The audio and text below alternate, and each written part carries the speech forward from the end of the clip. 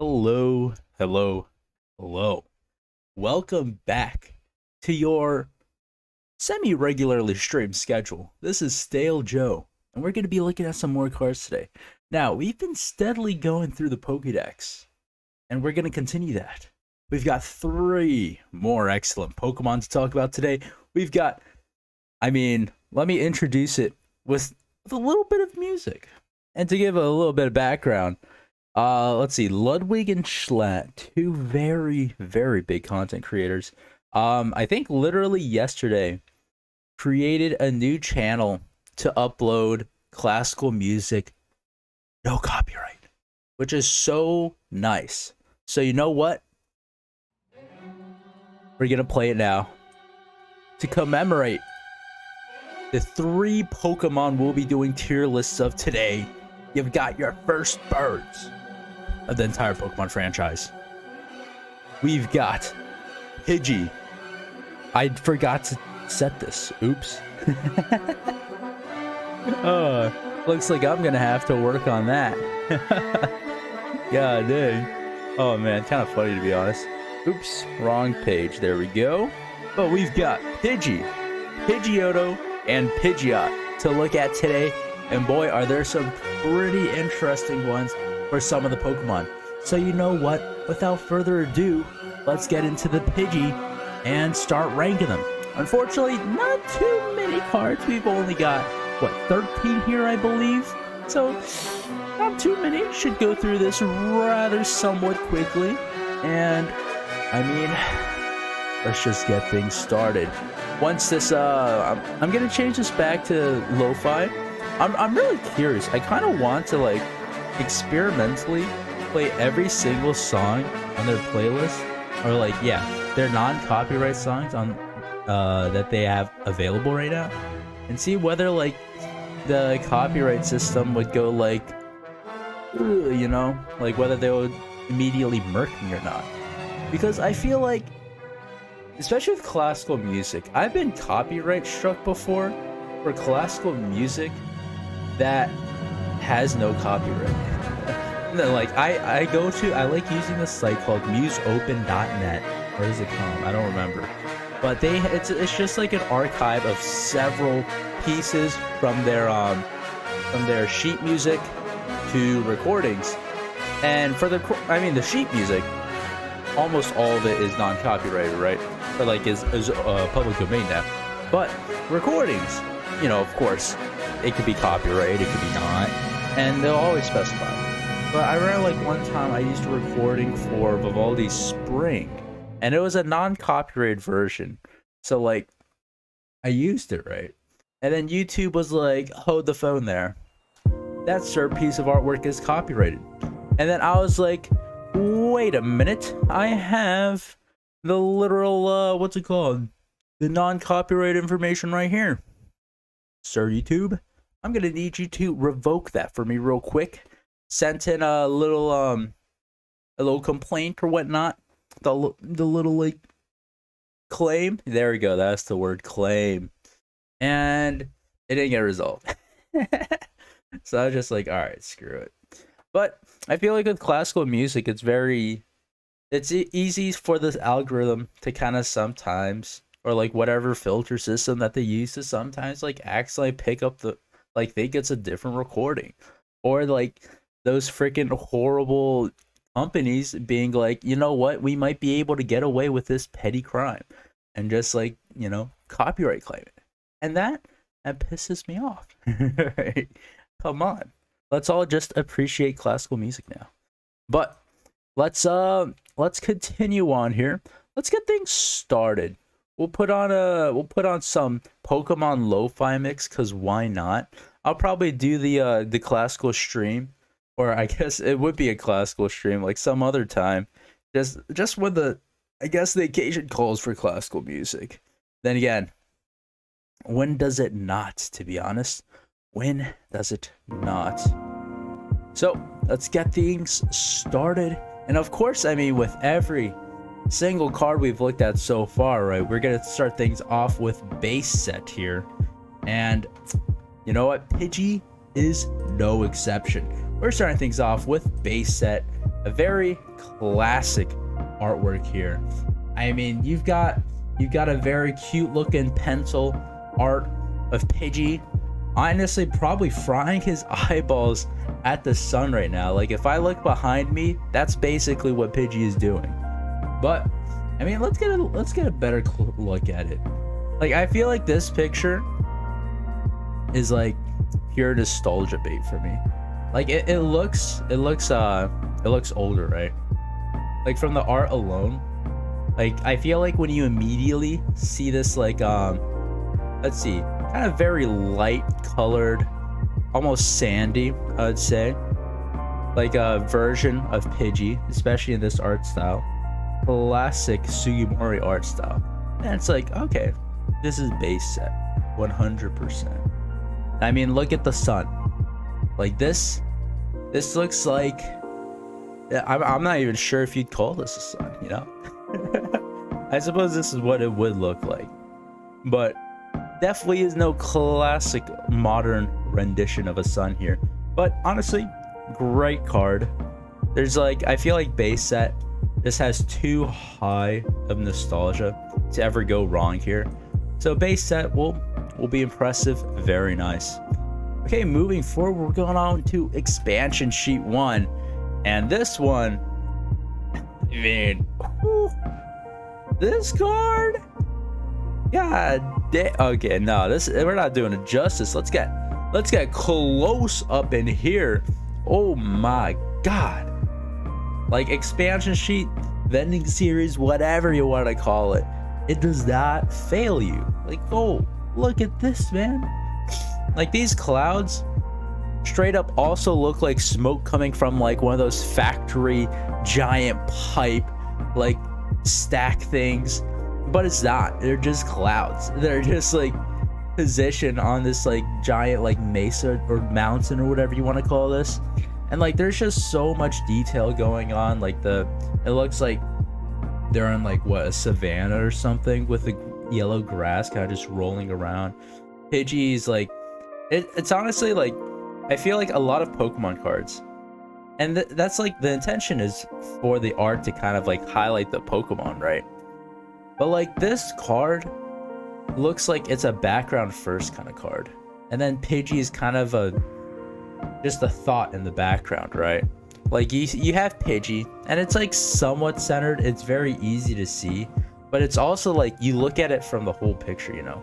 Your eyes aren't just solely like smacked right onto the Pidgey.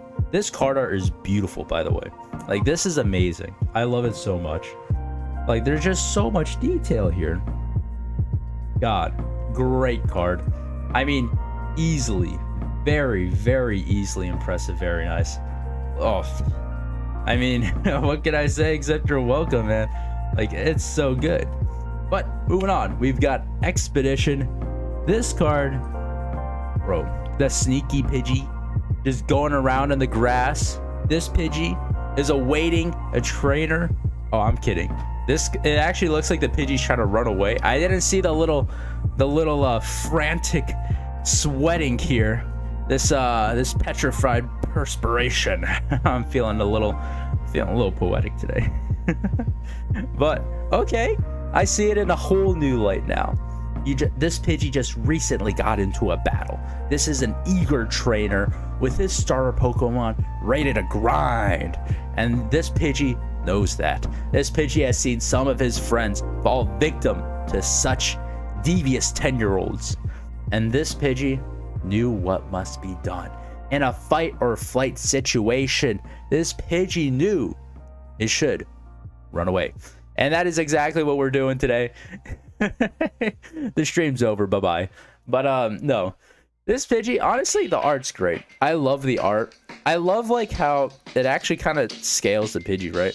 I feel like oftentimes grass is just so freaking small, right? I feel like we forget how small Pidgey really is, and like how it's just like kind of like, you know, hiding and running across the grass itself. I dig it. I dig it. You know what? Like, maybe like all Pidgeys are hiding in the grass, and rather than us like going into the grass and having it attack us, maybe we're the ones that are attacking it. We are in fact invading their home now, their territory. So like, I mean, who can blame them, right?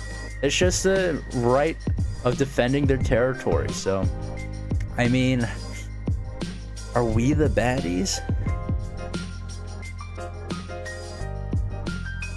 But with that being said, I love this card. I'd say straight up impressive, very nice.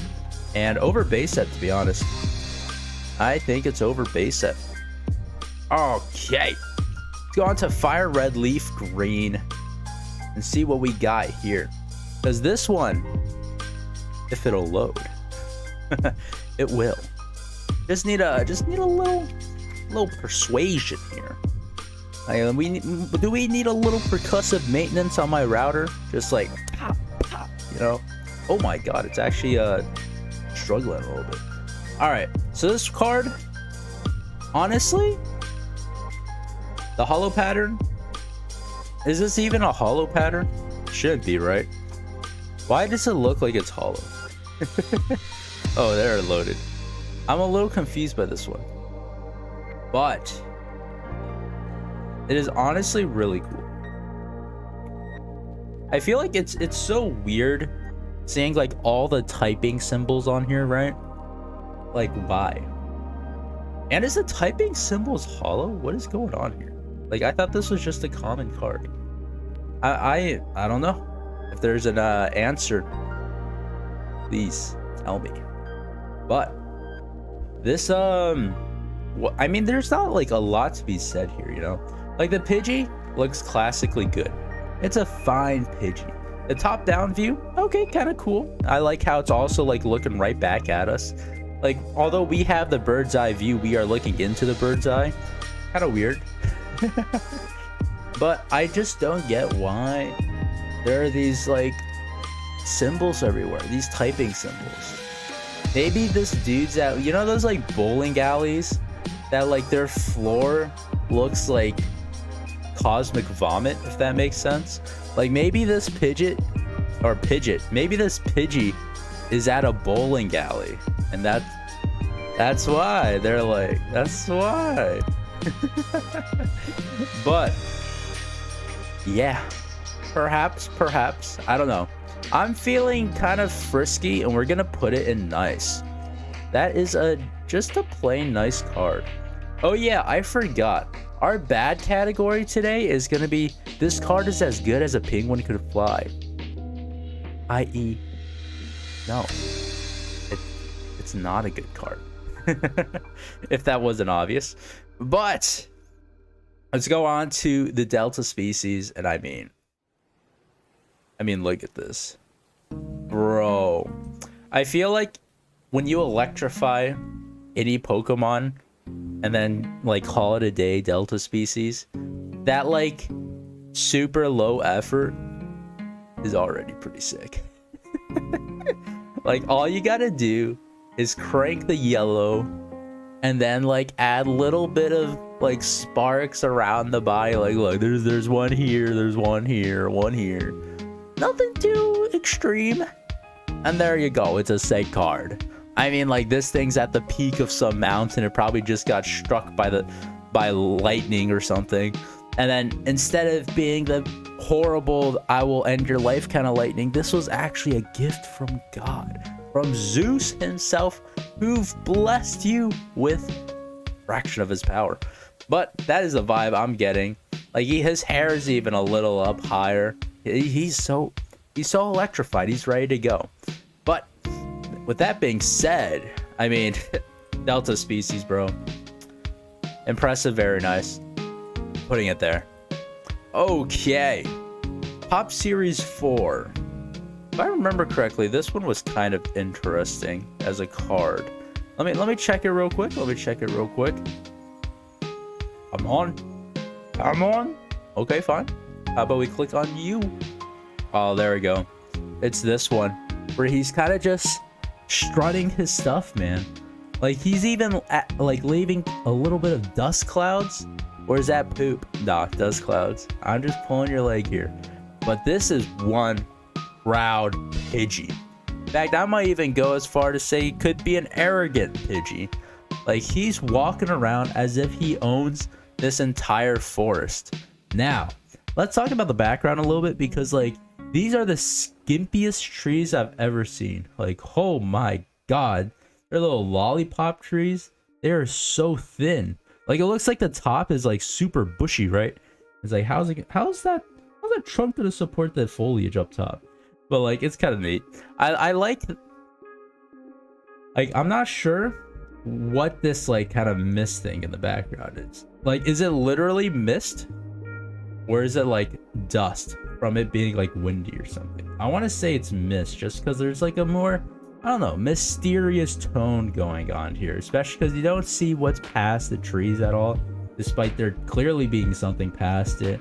You have this weird looking mist situation going on, this weird fog, and this Pidgey just don't care at all. Honestly, pretty good card. I don't think it's at the level of these, but I think it's higher than this nice card here. And you know what? We'll probably have to scale things around a little bit. So, you know, it's going to be fun revising this one when we come back. But let's move on. Let's go on to Secret Wonders now. Secret Wonders, it's been hitting kind of good. A bird indeed, man. That is, in fact, the word after all. Yeah, like that phrase has been said like multitudes of times. So me reiterating it now doesn't really do anything. So, Pidgey, this one, holy cow. There's so much action going on. Where the heck is this thing flying, though? Is this like some cave? Are these rocks? Maybe he's flying in some valley? It does kind of look like it. That Pidgey's in between a rock and a hard place. But, how do I feel about this one? Anyway, Xander, there was something I wanted to talk to you about. Because, like, recently, you've probably heard of it, but, like, Lud and Schlatt, made, like, a new YouTube channel. I know Ludwig talked about this, like, a long time ago, and how he wanted to, like, make copyright-free classical music. But it has begun, my friend. They started a channel yesterday or something, and they've been trickling out videos. Yep. Pretty nice. I want to see how, like, how good it is, you know? I'm curious. I mean, I'm sure it's already been tested, but I feel like copyright with just orchestral music, especially like classical, gets like mistakenly flagged even when it's like non-copyright. Like, I've had it happen to me before, and I've like disputed it, and then like they just ignored the claim. Which is like, bro, come on. But I feel like there's like, I remember I was listening to Vivaldi's Winter yesterday. Or no, not yesterday, like earlier today. Is now exactly. Which is nice. Which is very, very nice. Like, this should be like very, very easy to dispute. But I was listening to like their version of Vivaldi's Winter, and I thought about like how incredibly distinct it is from like other recordings I've listened to. I'm not saying that's like, I'm not saying I'm liking it. I'm not gonna lie. I think I prefer the other recordings, but it's nice that it's available, you know? There's like certain parts of Vivaldi's Winter that, like, I don't know. As someone that's played it in a concert, I feel like some of the balancing between sections is a little weird. Oh, but that's just my 2 cents. Maybe it does good for some other people. Maybe it doesn't. It didn't for me. And then my immediate thought was like, wait, is that because it's a method of bypassing the copy? Like, so it's like unrecognizable from the other recordings? But yeah, I think they had some pretty interesting interpretations. But like, I haven't listened to the other ones yet, so I'm very excited to do so. And I wonder how they are. I listened to most of Wagner's Ride of the Valkyries, and that one was pretty good. I really liked that one. There was just like the specific part in like Vivaldi's Winter, like everything was like fine, except like the second violin. I think it was the second violin part. was like a little too loud. It was like, hold up. I feel like that should be toned down a little bit, you know? Like it's that part's like effect, and it's not like a huge part of the music. But it was like, it was interesting. It was interesting. Honestly, super awesome that they're doing it. And I can't wait till more stuff is rolled out. And we'll probably just start using it as well, because why not? If it's out there and it's great, why not use it, you know? But anyway, back to this Pidgey. This Pidgey is pretty dang cool. I'll be honest. I'm really digging it. I think I'm gonna go with... I kinda want to do... I think this is high nice here. Honestly, I might bump base set down. But we'll see how it goes, like after we've kind of put everything on the board and see where we'll move things around. But Pidgey Triumphant, our Call of the Legends. Was this the double? Bro, I think I didn't even put both of them on here, to be honest. I have one here, and then I missed one. Whoops. We'll have to add that real quick. Hold the phone. Hold the phone. We'll edit it live. No worries. No worries. But yeah, I guess while I'm doing this, how is everyone doing out there in the world of my audience? I personally have been doing okay. I'm going back to the States soon, so I've been kind of running around and picking stuff up. Speaking of which, this is probably not the place, but what should I bring back for you, my friend? Xander specifically. But been running around, like like my suitcase, I still need to empty it because I haven't emptied it since I last like returned. Literally anything. Gotcha. I could do that. I could do that. But yeah, I'll be my flight is in, oh Jesus Christ, it's in 5 days. Yo, that's wild. But I'm flying out October 4th and I'll be landing October 4th, which is fun. Like, it's really cool because like the flight is literally 12 hours one way, right?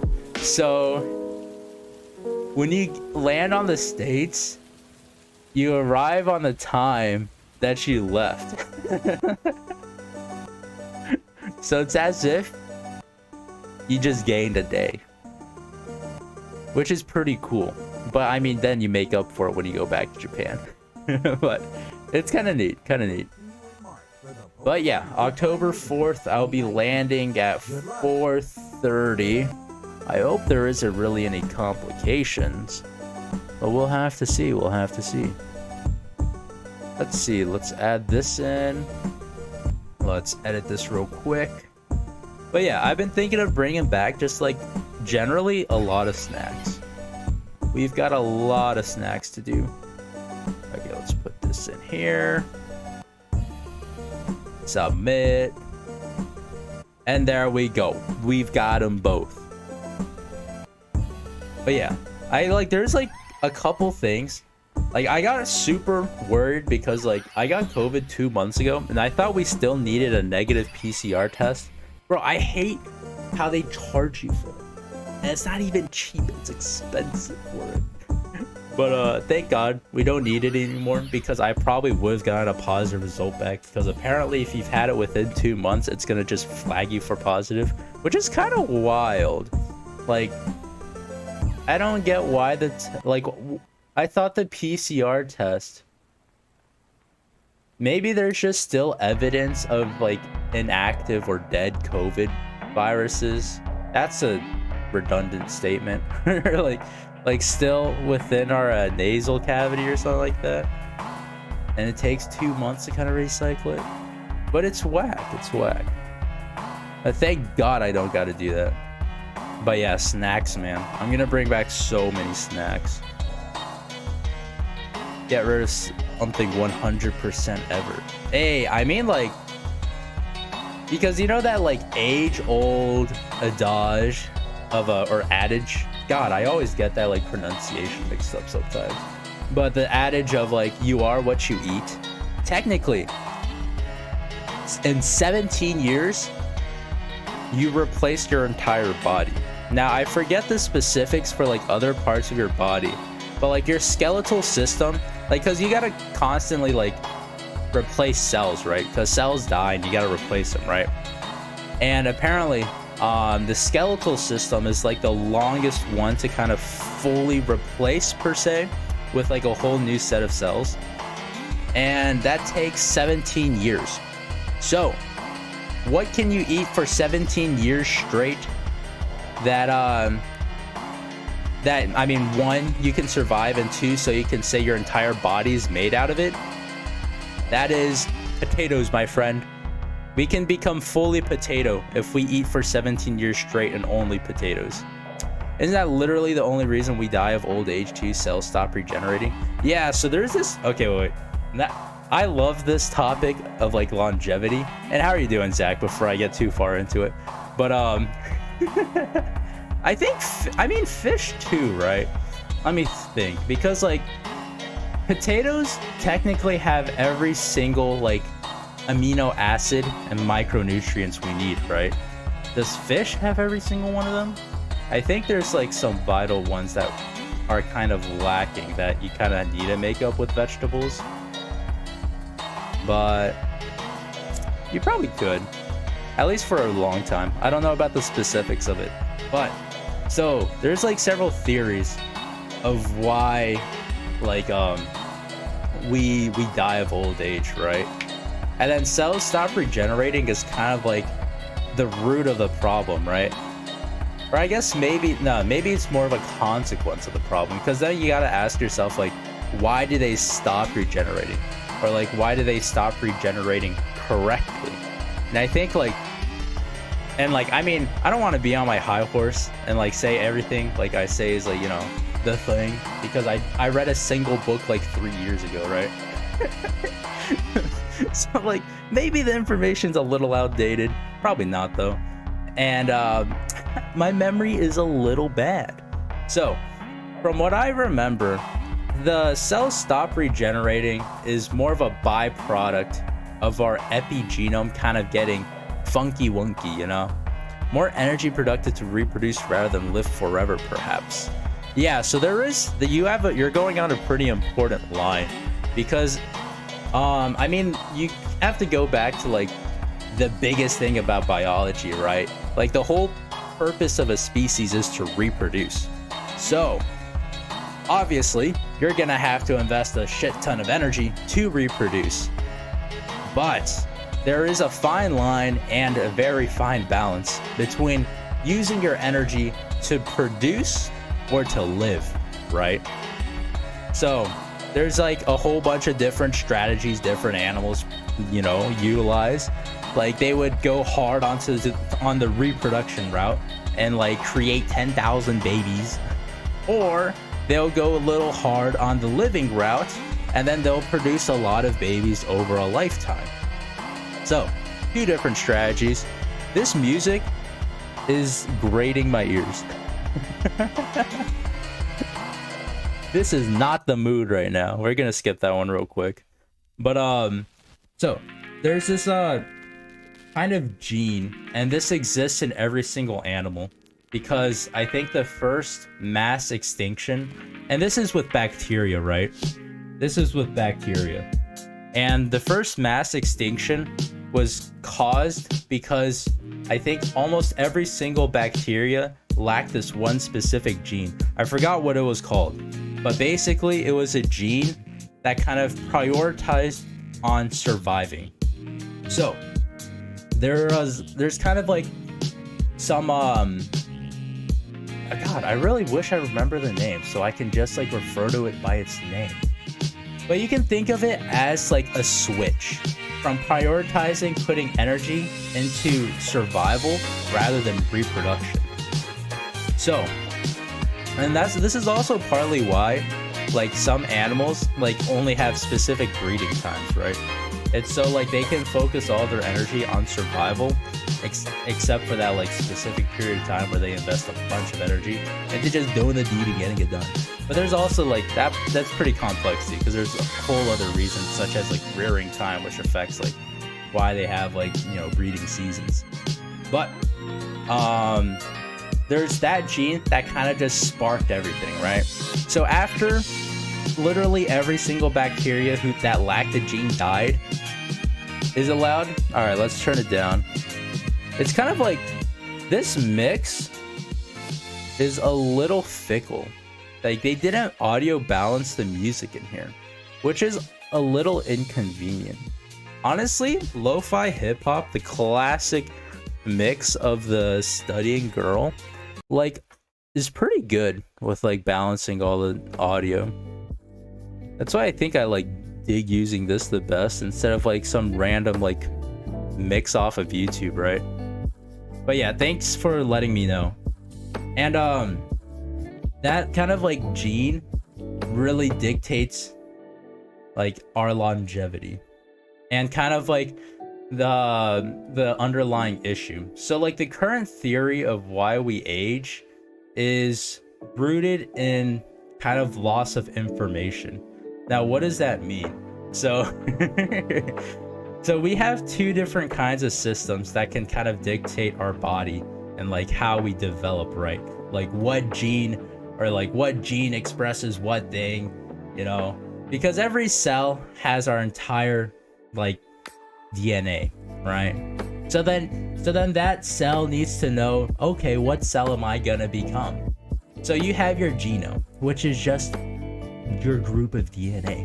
And then you have your epigenome. And this is where it's really important. And the epigenome it's like a blueprint for your body. It kind of tells what that cell needs to be. So the leading theory right now of why we die of old age is one, because cells stop regenerating, right? There's like something called telomeres that is kind of like a life cycle of a cell, like in terms of like how many times it can split and produce more of. And then there's the epigenome degradation. And this degradation is like kind of preventing your cells from working properly. So like they become a little uncertain in their identity. So like that's why in like older people, right, you can see their skin having a lot more, what's the word? Like kind of like that little like splotches, like especially on their hand. And that's because like that occurs because one, as you age, like your cells start to become confused, like what the heck am I doing? And then this is also why like cancer also becomes a problem, because I mean it can happen randomly, and I mean that's super unfortunate. But the epigenome also is really in charge of kind of making sure every cell is in line and knows what it's doing. So how do you kind of like solve that issue? And that goes back to that very first like primordial gene of survival. Like if you trigger that a lot, then like your body kind of like refreshes your epigenome per se. And there's like a lot of like natural like means of doing so, but there's like a lot of like, I guess more like if you take certain products, it may help with aging. And actually it's really weird, but there's this one like product called metformin, right? Or like medicine called metformin, which is like for diabetic people, but like has been shown to have anti-aging properties. So if you are interested in it, like there are like NADH boosters, which like again this also has to do with like energy management in your body, right? Because sometimes you invest in too much energy somewhere else, and then like, you know, parts of your body that need it is like, oh shoot, we're a little lacking, we're gonna fall behind. It's gonna be like, oh no, that's gonna contribute to aging. But exactly, classic medicine side effects. But so like oddly, if you're diabetic and you take a lot of metformin, you might actually outlive healthy people, which is really weird to think about. But it's kind of funny. But metformin is pretty good. It seems to have I'm not sure if there was like a lot of studies or like, you know, published studies. I know there's a lot of ongoing research about it. I'm not sure how much like published studies have been done for kind of like non-diabetic people. There's like tons of like personal anecdotes about people kind of like using metformin for like anti-aging effects, right, when they're non-diabetic. And like, you know, anecdotally, it seems to work pretty well for them. Like a lot of people seem to be a lot more energized, which is like, you know, that's good. That's good. I kind of want to try it, to be honest. Like I want to live for a while, you know. I want to hit the triple digit range, but I want to increase the kind of like healthy part of my life, you know. Like living to 100 is great and all, but like if I'm gonna be bound to a wheelchair and like my mind is gonna be mush and like I wouldn't be able to do anything, like that's not really living, you know. Like, you know what I mean? Maybe that's a little bit of a harsh opinion there, or truth, depending on who you ask. But yeah, I'd like to personally try to increase as much of a healthy life as I definitely can. Definitely hard to know if something extends someone's lifespan. Definitely, especially with people. There's like a lot of, you know, rat research that shows it, but dang, are people freaking complicated. Oh man, it is very, very hard to prove that, and especially for medicine or like medicinal products too, because even if it shows like you know, it does help, I mean, it's probably still gonna take another 10 years before it's even available, and that's if it gets released to public, you know. Like metformin is kind of lucky in that like it is out on shelves for diabetic people, and it has just happened to be useful for anti-aging. But yeah, other such medicine, if it is specifically for anti-aging, then that's probably not gonna hit shelves anytime soon. And yep, definitely some meds have different effects for different people. People are different in so many different ways. There's so many different factors where something could be good for one person, something could be bad for another. Crazy. Way more research is indeed needed. I would love to sign up though. Like if there is like a hospital trial, you know, they want to study the effects of X drug, I mean specifically anti-aging drug, I'll be more than willing to sign up, as long as I'm properly compensated. I remember like seeing this like study on like they're trying to find people to volunteer for this like medical study on Craigslist, and I was so tempted, man, but they wanted like pure white people. And I was like, oh man, you can't compromise with me and go halfway, you know. But come on, dude, how are you gonna find white people in Japan?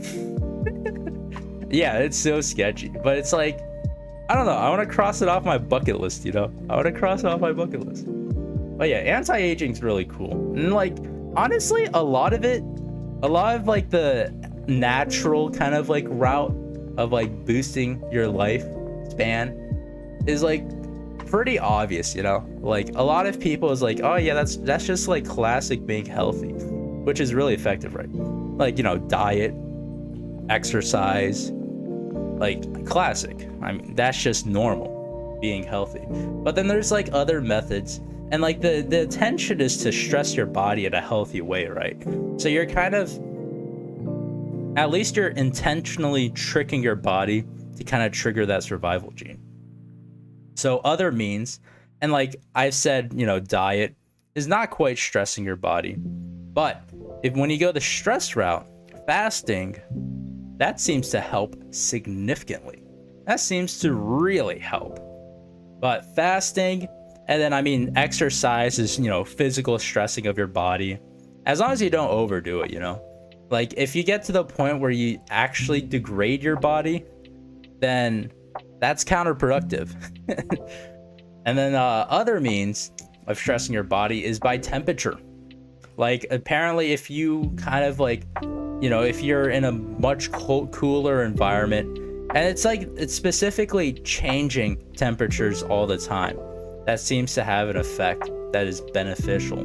So like if you're ever feeling it, like turning your shower, like, you know, hot, cold, doing that stuff, like I think people say it's also like a kind of what's it called, lose weight tip weight loss tip. There's the freaking phrase.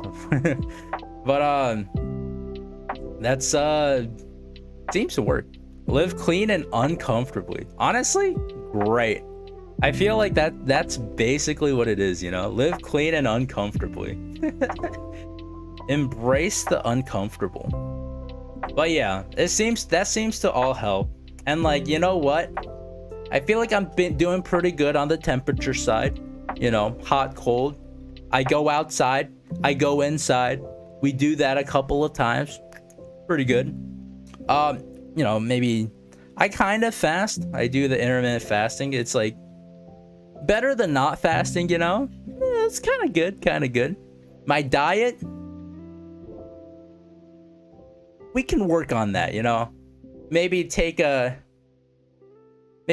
fried chicken out or eat a lot less of it, you know? Let's see, exercise. Maybe I can do that. Maybe I should do that. But a lot of things I can do. Stale McDonald's is perfect for it. Dude, everyone say pickles, you know, fermented products are great. That's basically what I'm doing with McDonald's. I'm introducing possibly dangerous and horrible bacteria and fungus into my McDonald's, but there's also the possibly nice, beneficial, you know, like there might be bacteria from like fungal, like blue cheese, you know, that I'm kind of cultivating in my McDonald's. I'm sure it's good. Maybe I feel a little bit of indigestion here now and then after a stale McDonald's review, but I'm sure it's just my body getting used to the good stuff. Yeah. Oh man, I'm gonna die young. Hey, you know what? Forget living long, live fast, die young. Am I right, friends?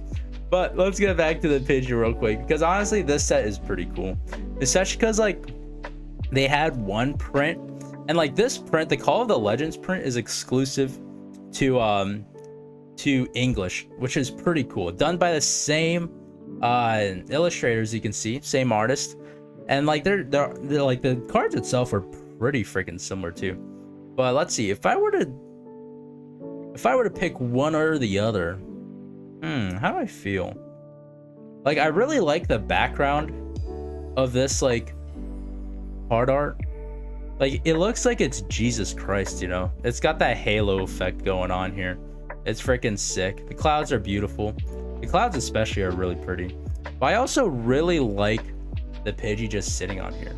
Exactly, dude. It looks angelic. It's an ephemeral bird. Mwah. Very, very nice. Honestly, I think I'll go with the left one, because the Pidgey kind of just perched on the bird, on the what? Bird on bird action. Pidgey on the Jesus Christ, on the branch. Holy cow, I cannot speak. But the Pidgey on the branch looks neat.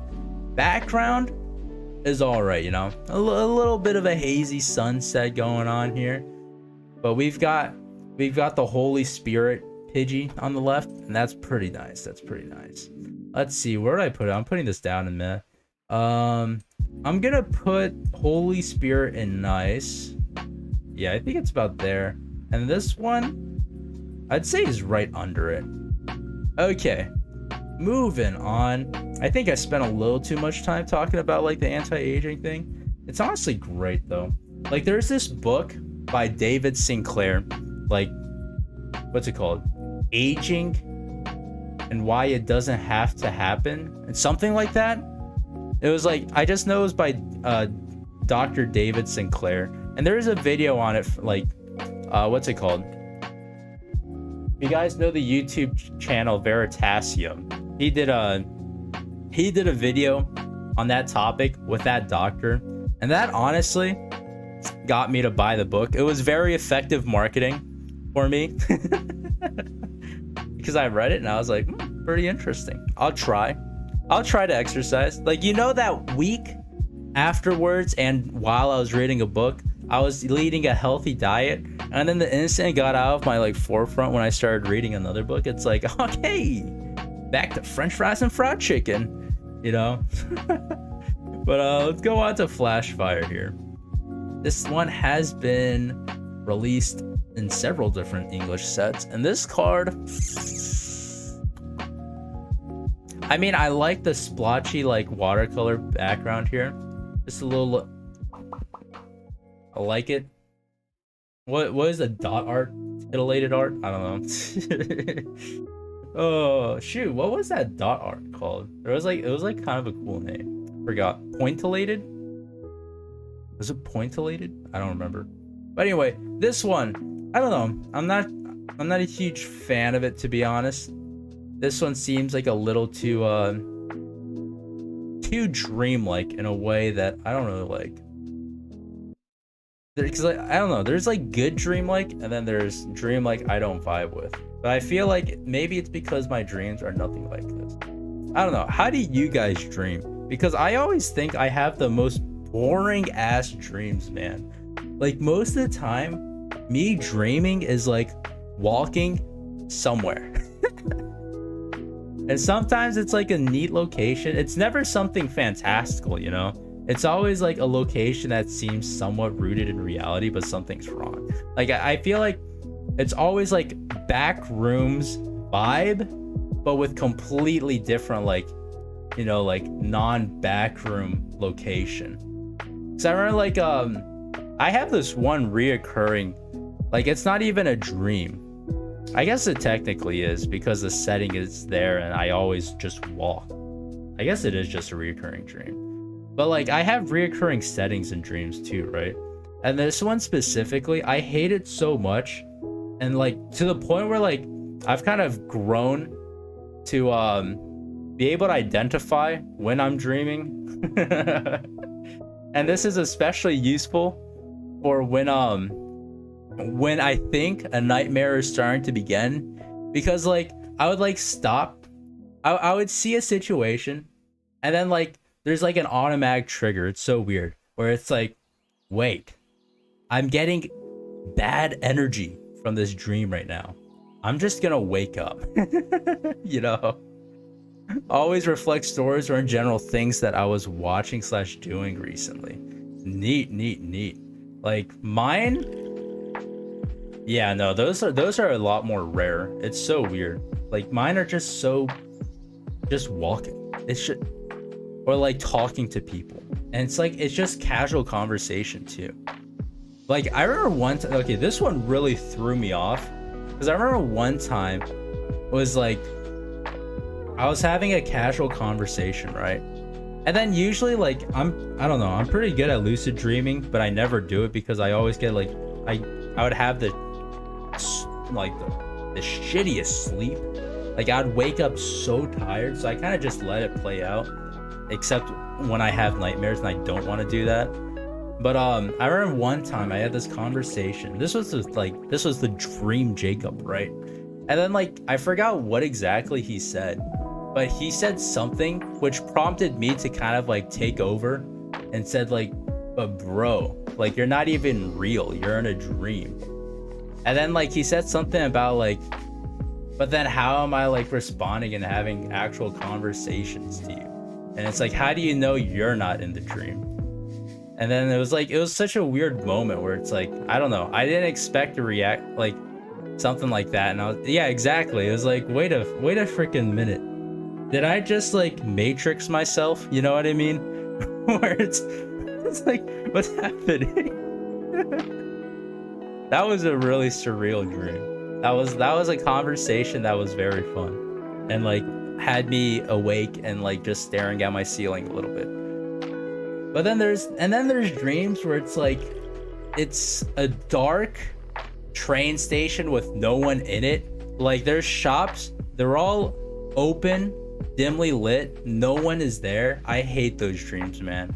And like it's like those things where it's like, you know, in horror games where like you're kind of walking down like a hallway and only like your like area, only your periphery is like lit up, so that like as you're progressing down the hallway it gets lit up more and more, so you actually don't know where you're going or what you're going to see until it's literally in front of you. God, I hate that, man. But then like, but it's so weird because like I remember like because I would sometimes force myself to wake up when that dream happens, but nowadays I don't even like force myself to wake up, because like nothing ever happens in the dream. I'm just walking around, and like it almost got to the point where it's like it's just exploration, you know? It's so weird. And it's like a classical like Japanese train station where there's like kind of like an underground like mall section, and it's just like, what the heck? It's so weird and it's so creepy. It's so like, it's such an eerie dream, but nothing happens. So like I just dream it out and see what, if anything, would happen. I just think that I obviously have my phone on me and use the flashlight. Well, dude, dreamy is stupid. Why didn't I think of that? I would just go with the rules of the dream, you know? I am the light source. But yeah, that I'll probably try that next time then. But speaking of this dream Pidgey, I'm gonna slap this in this is kind of meh to me, to be honest. I think it's lower meh, yeah. Very logical, common items I carry, I will have. That is very nice. Like, dream me, I think I don't even have an inventory. I'm pretty sure I've never had an inventory. Like, I've never really used items unless if I've seen it in the dream. Like, if I see like a pipe or something, then I'll pick it up and it's like, yeah, equipped. Weapon acquired, you know? But all right, team up. That's nice though. Like, I remember like the only times I have like fantastical, this is like your cliche dream, is when I nap at a very irregular time, and then I straight up have like a delirious lucid dream without like being able to do anything. But then it's like, but then I wake up and I feel infinitely worse than I did before I went to sleep. Dude, exactly. I just gotta press E or I on my keyboard, man. Dude, the UI of my dream is crap. I have no idea how to open it up. Nothing is nothing makes sense. But let's see. So team up. This one I have pretty mixed feelings about. I'm not a huge fan of the art style. It looks a little funky to me. With that super bare bone statement being said, I'm going to, he's Y posing. Bro, he's which one was it? Was it phi? Which is the Greek letter where it's just like this? You know what I mean? Which one was it? God darn it, hold up. Greek letters. Leaders. Which one? Oh, psi. God, I always get that one like mixed up. So phi is this one and this one's psi. Yeah, that's he's psi posing, bro. Which I guess is a Y. But oh man. Getting a little more specific, I guess. But last team up, last of the normal one, side pose pog. Bro, that triple P. Bro. Opa Saipo style. Oh. Dude, that song, I love that song so much. Like, every time I go karaokeing, can't read Korean, can't speak Korean, Opa Gangnam style. Hey, sexy lady. There we go. That's about it. That's about how much I can do. Ooh, this one's pretty clean. I dig this one. I like the hopeful look into the sky. Or maybe it's direct stare at the sun and he's frying his eyeballs right now. We all did that as a kid, right? Right? I'm not the only one that just looked at the sun because I was told to. Looks like a painting. It definitely does. I really dig it. I'm gonna put base set down to nice and put the team up one down, up one. And then yeah, let's take a look at Koga's Pidgey. There's two of them. And to be honest, I don't think, I mean, just as a, is this real?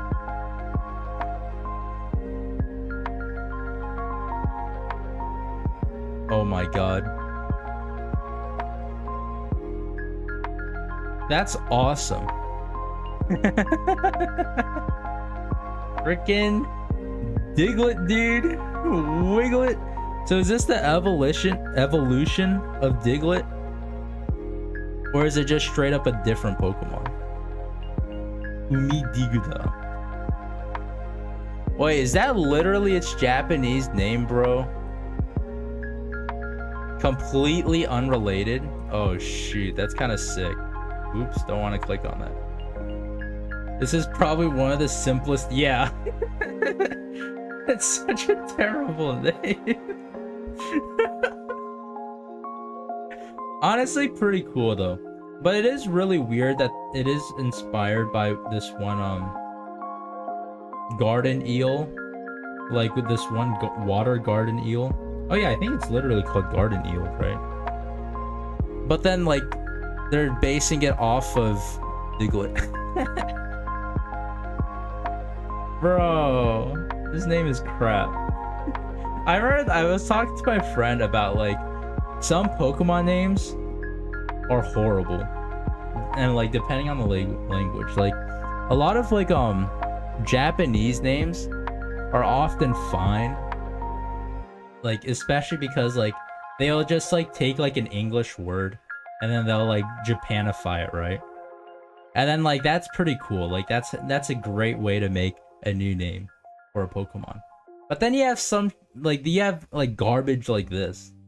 Or it's just freaking Ocean Diglett. Where it's like, what?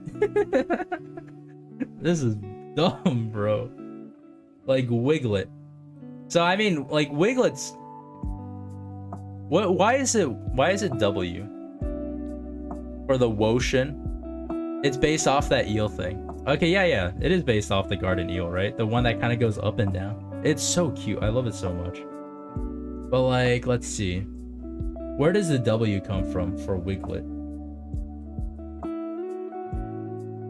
Unless if it's like literally Wiggle. Don't tell me it's like based off of Wiggle and Diglett. No way, dude. It just wiggles on you to death. I feel like it's gonna be a pretty interesting one. Because like Diglett is in the game, and then we also have Wiglet.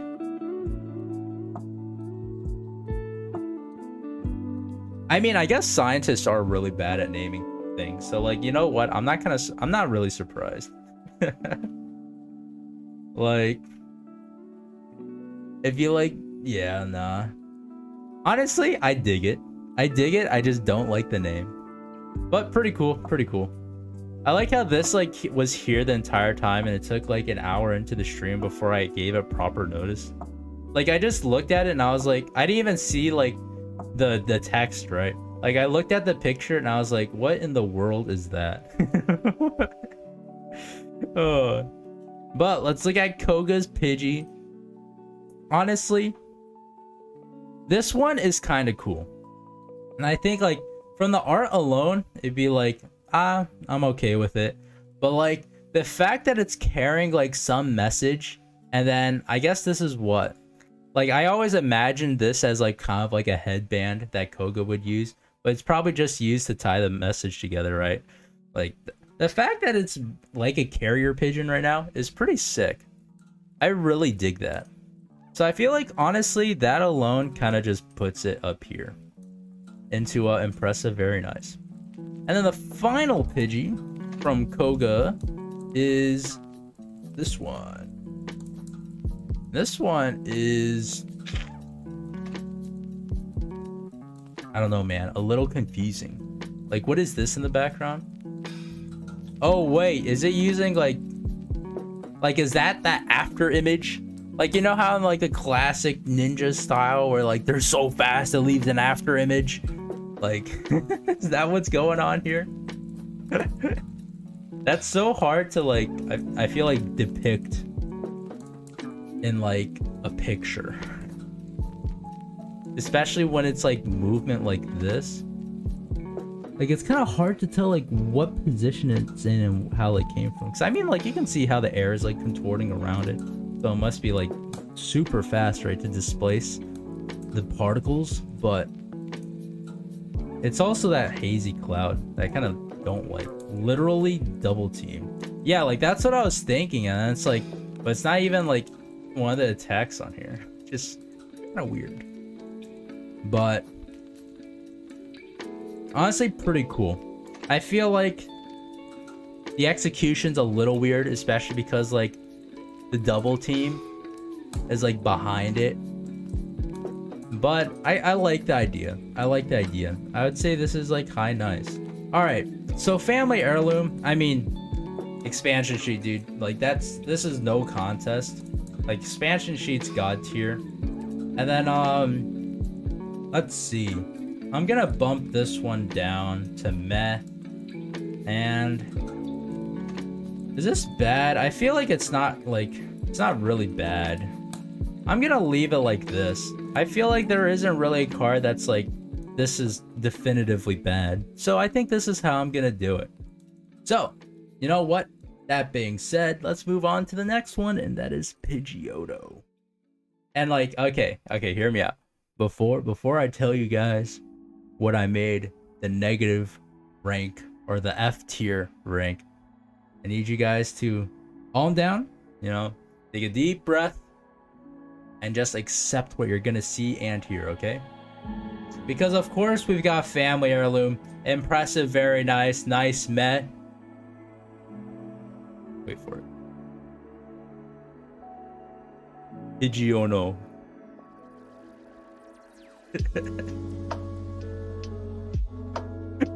We've got Pidgeotto. I took a solid 5 seconds to think about this one.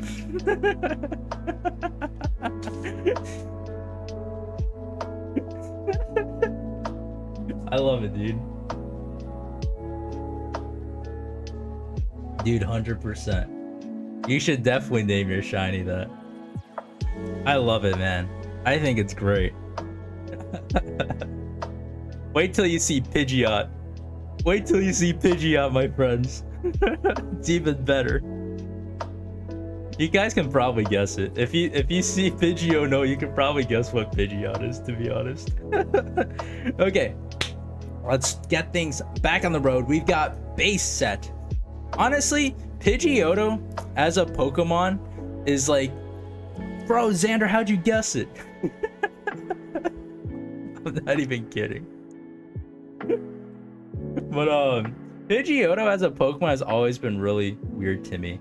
Like, I feel like this one is like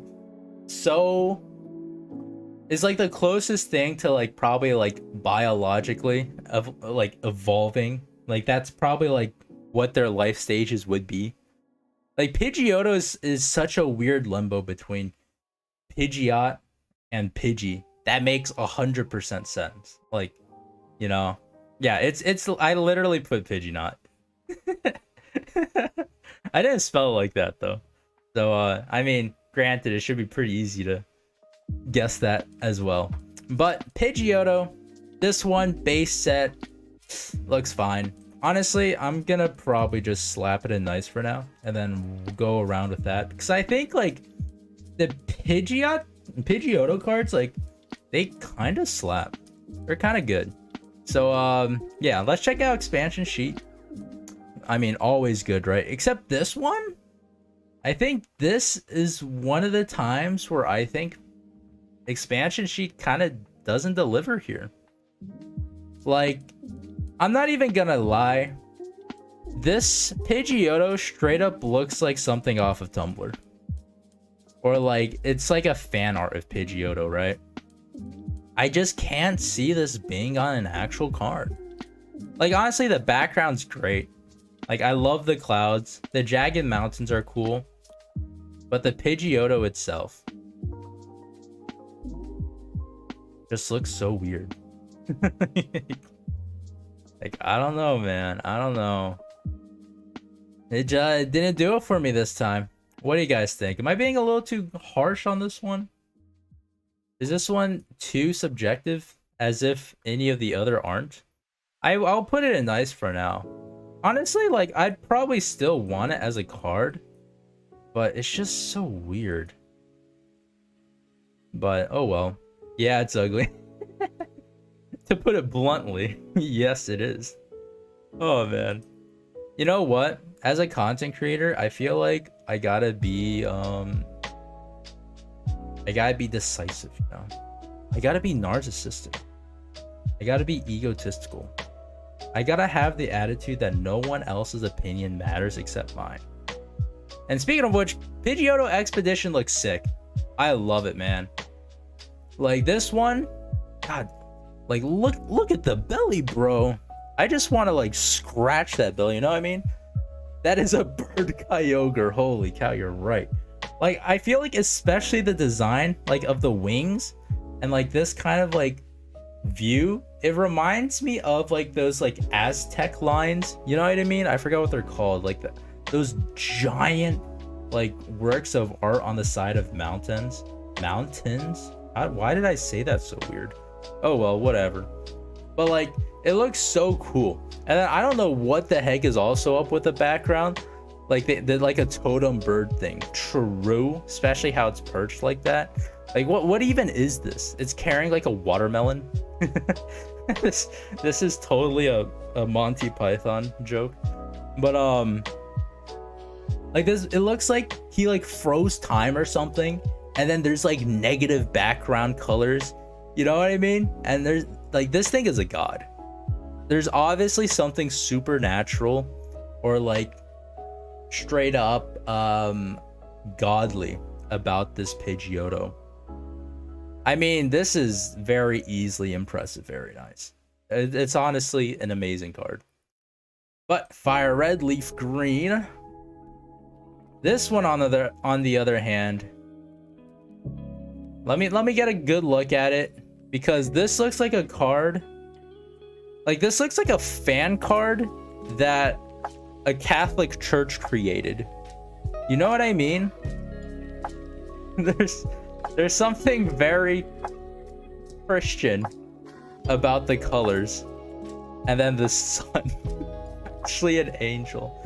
This is the biblically accurate angel Lucifer. No. Like this art style is what you would see in like one of those like Bible books. You know what I mean? Like for kids.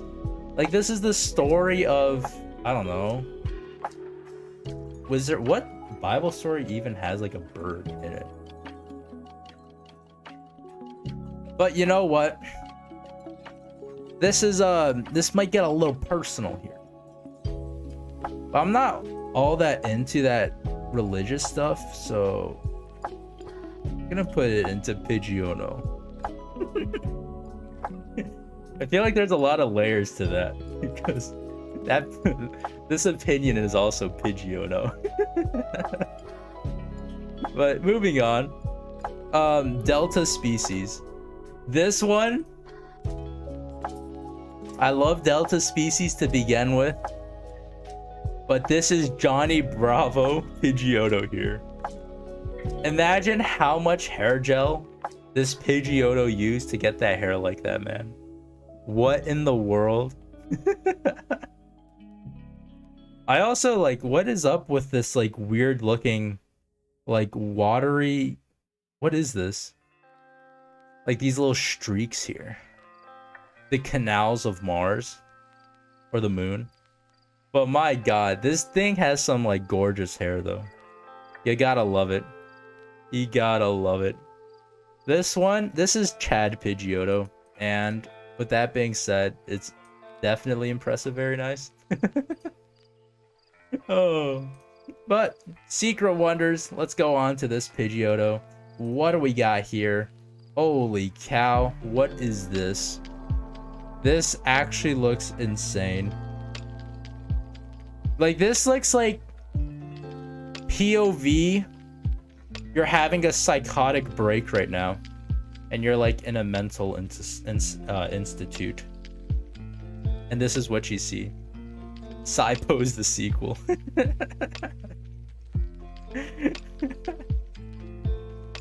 Like What is this though? Like the background honestly looks really creepy. Like this is straight up what I can imagine in like horror movies.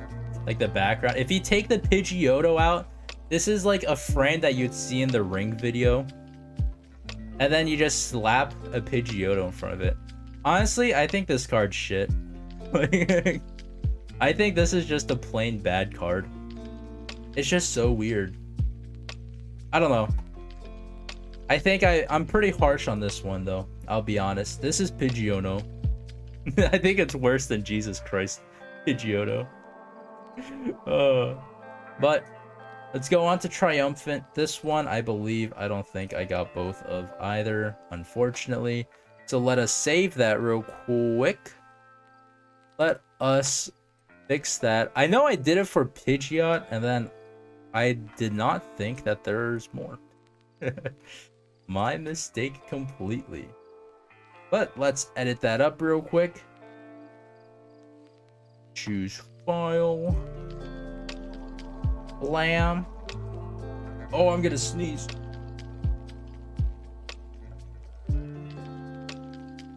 We're good. Recovered. Oh, okay, it almost snuck up on me. Let's see. You know how some people like would sneeze, like they close their nose and like kind of do that like stifled sneeze where it's just like, you know what I mean? How do people do that? Like I tried doing it once and I thought I was gonna blow up like the front of my face, and I never tried it again. Like how are they like stifling their sneeze like that? Like I thought I was gonna die when I did that. If I want to, I can just not sneeze usually. What? Like for every sneeze?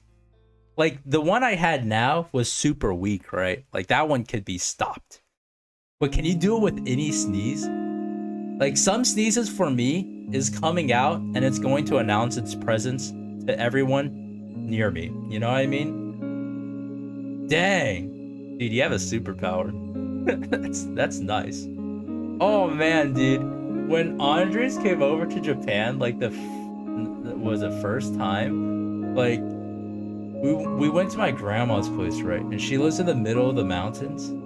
And like this was like peak allergy season. Just peak allergy season. So we would go outside and like I'd have to go buy tissue boxes from like a convenience store so I can blow my nose every 5 seconds.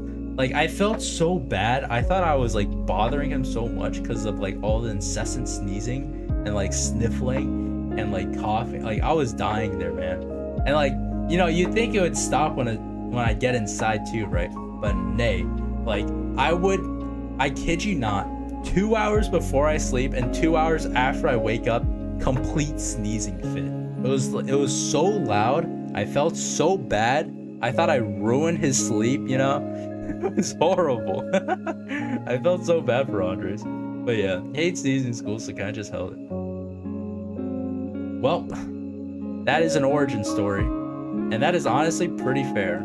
I think like I got to a point where like it just, because like I've had allergies from like a very young age, so like it got to the point where it's like, screw it, like I can't help it, I'm sorry, but whatever. But oddly enough, my allergies have kind of fixed itself, and I feel like my leading theory about why is because I started going on a yogurt eating spree. And I kid you not, I feel like that actually fixed it. Like I remember like reading, and I didn't even eat the yogurt for that reason too. It was more of like a side effect of like lazy eating, because like it's so easy. Like for lunch, like I also kind of did it for weight loss too, but it was mostly out of like convenience.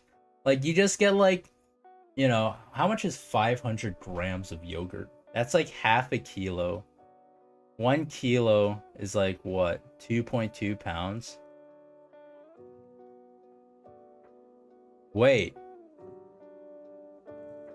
That means I was eating a pound of yogurt for lunch every day. Wow, that sounds like a lot. Oh, I didn't even like now that I did the conversion, I didn't even realize it was that much. Holy cow. I ate a lot of yogurt. But I remember like for lunch, because you can go to the supermarket and then they'll have like a pound carton of yogurt. And then I would just eat that for lunch because I'm lazy. And then like my thought process was like, yeah, because I hardly like took in calories for lunch, I'll eat whatever I want for dinner. And that's like I was pretty happy doing it. And then like and then over time, I guess like it helped my allergies. And like now, like I used to like need to take Allegra or like Singular. And then like if I didn't, I'd be done for, right? But now I haven't taken it in a long time, which is crazy to me. 150 grams of yogurt for breakfast. Nice, nice, nice. Bro, yogurt is very good, man. It's so nice that there's some things that are healthy for you that actually taste good. But yeah, I don't know. Do you like customizing your yogurt? Because I love putting like random shit in there. Like recently, like my girlfriend went to Hokkaido and brought back this like plum jam thing. Oh, so good in yogurt. And I'm not gonna lie, I haven't been eating yogurt recently because I'm getting my fill of Japanese food before I go back to America. But but yogurt is slabs, bro. Like I think like there's a time where like I ate yogurt and protein powder and chia seeds. And like that I was eating that every day and it was the most vile thing ever. It was disgusting, to be honest. Not really. Yogurt I use protein heavy. Ooh, nice, nice. Yeah, 20 grams per 150 is pretty good. So I remember like because like the yogurt I eat is like the cheapest like bottom of the barrel yogurt, right? Honestly, maybe it does more harm than good, but I would slap like I think 40 grams of protein in there, like from protein powder, which might be a little excessive, but like dang did it fill me up. Like I didn't want to eat anything until dinner. That was super effective for me. It was great. But like in terms of satiation. But it was truly a horrible meal. Especially with the chia seeds, like it got like slimy and like chunky. It was gross. Like, it was like the thickest smoothie possible. Like you're eating sludge at that point, you know? And like sometimes I forget to bring a spoon, right? So I just like take like the kind of carton it's in and just like, you know, like the one scene from There Will Be Blood, and then I drink your milkshake. You know? I love referencing that so much. Like you know what I especially love doing? I love referencing that movie to people that have never seen the movie. Because then they're like omega confused, which you might be right now. I don't know if you've seen There Will Be Blood. Like I remember recently I referenced that to my friend and they got so confused and like actively concerned. But I love it, man. And I drink. Honestly, an amazing scene. Yeah, sounds thick. I eat chia seed put. Hey, nice, nice, nice. Bro, chia seeds slap. Like you gotta love their hydrocolloidal properties. It's so cool. Cause like, you know the greatest thing is, like I think another thing that helps me in like not eating too is because I would only like hydrate the chia seeds for like 30 minutes to an hour. So like it's not even like it hasn't produced like all that gel, right? And the one issue to that is I do get bad bowel movements, but I drink a lot of water to compensate for it. And it fills me up, man. Because then the chia seeds kind of like, they enlarge a bit in your stomach itself. So like it fills you up like really effectively too. But I mean, if you don't drink a lot of water, then like you should not do that. you will dehydrate yourself so bad. Because I think like on average, like on a normal day, right, where like I am drinking my usual amount of water, I drink like 4 to 5 liters of like water or tea, you know? Like I drink a lot. And then like when I go outside, like especially when I have to buy water, then I drink significantly less. Like let's say I am going outside, like I'm going to Tokyo, I forgot my water bottle, and then like I gotta buy water. Nah, I'm not doing that. I'll just dehydrate myself. I remember one time I went to this like arcade and oh gosh, I was gonna say it in English and then like I suddenly stopped myself because it was gonna sound weird to me. In Akihabara, and they had this urinal that measured how much you piss, and bro, I was so proud of my score, man. I was so proud of how much piss I've excreted from my body because it was higher than average. I was like, let's go. All that drinking pays off. New high score. Bro, they had a high score and like it was insane. I feel like they cheated. Like no way someone pissed almost like yeah, there was a leaderboard. Like no way someone pissed almost a liter of pee. Like how? Like I pissed like I think I did shoot, how much was it? Okay, this is gonna look weird. Average amount of piss. Why am I peeing so much? Alright. How average amount of piss in milliliters? Maybe piss is too informal. Pee in milliliters. Because I think the average was like somewhat like 400, right? Dying for a pee is what? Yeah, 250 to 400. Oh, 400's on the larger side. Okay, gotcha. So I was thinking like around 350. Because I peed 480 milliliters. And I was like, woo, let's go. My bladder is impressive. But the high score was like 850. Like what?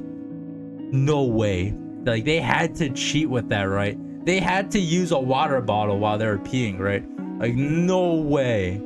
Yeah, dude, I do gotta put that on my resume. Let me add that on real quick, right next to I tutored an IB student.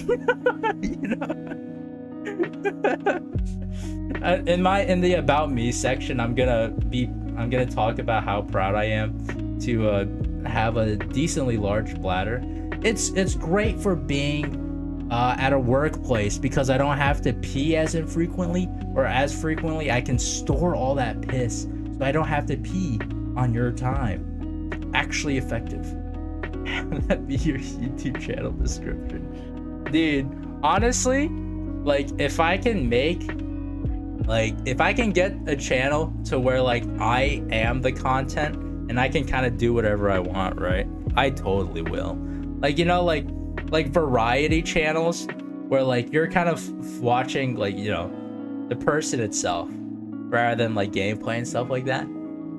Like I would totally do that, man. Dude, you know what? Maybe I can just change it now. But I kind of want to slap it onto my resume. That'd be so funny. Anyway, all right. Let's see. Triumphant in Call of Legends. Same exact idea. The English Call of Legends exclusive print. It is perched on a branch. Which one would I prefer? Dude, I need to start making YouTube videos again. Like, I've been editing through the Bulbasaur one so slowly. But it's also because I would work for one day and then take a break for the next 6, which is a big problem. But once I get back to the States, I'll have so much time. So I'm probably gonna like the reason why I'm kind of streaming a lot too, so I would have so much footage to go through that I should be pretty good once I go back and kind of just start like cranking them out ever so slowly, but surely, hopefully. But yeah, let's see. Which do I prefer though? I think again, but the water in this one's pretty nice though. You gotta love the water. But this one's cool, bro. This one is cool. The Dissension of Amaterasu, or our holy minds. All right, this one is nice, and then there we go. And I'll put it just under 2. They're both really good. Okay, moving on. But yeah. Oh yeah, Xander. How, like, I remember like a while back you talked about how you wanted to be like a music producer, right? Was it producer or distributor? I forgot which one you wanted. But I was just gonna like see like have you been doing anything about it now, you know? Just catch up a little bit. But how's it going in that end? Or maybe uni's like occupying most of your time, which I totally would understand. Hey, got a pretty good idea of who it is then. Wait, that's sick. Nothing came of it. Hey, you forgot a word. You forgot a word in that sentence. Nothing came of it yet, my friend. You know what? Do I have to pull it up? There we go. I'm gonna play it real quick. Wait, you guys want to see my YouTube recommendations real quick? Oh wait, but it's on this channel. It should be okay. Okay, thank God. Hey, the man, the myth, the legend. More like we never start. Boy, yeah, what do you... Okay. How do you think? Because were you thinking of YouTube? You should do TikTok. What was I gonna look up again? Jesus Christ. There's something wrong with me probably. Never give up. Never give up. Japanese fisherman. Nice. I feel like... Alright, I think we both need to see this real quick. I think we need this for both of us.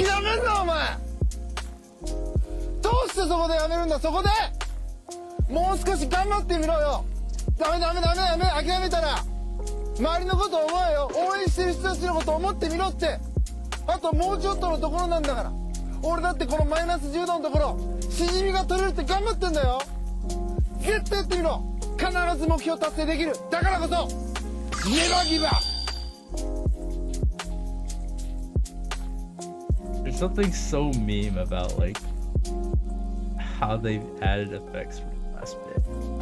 Freaking Japanese television, bro. So good. Oh man.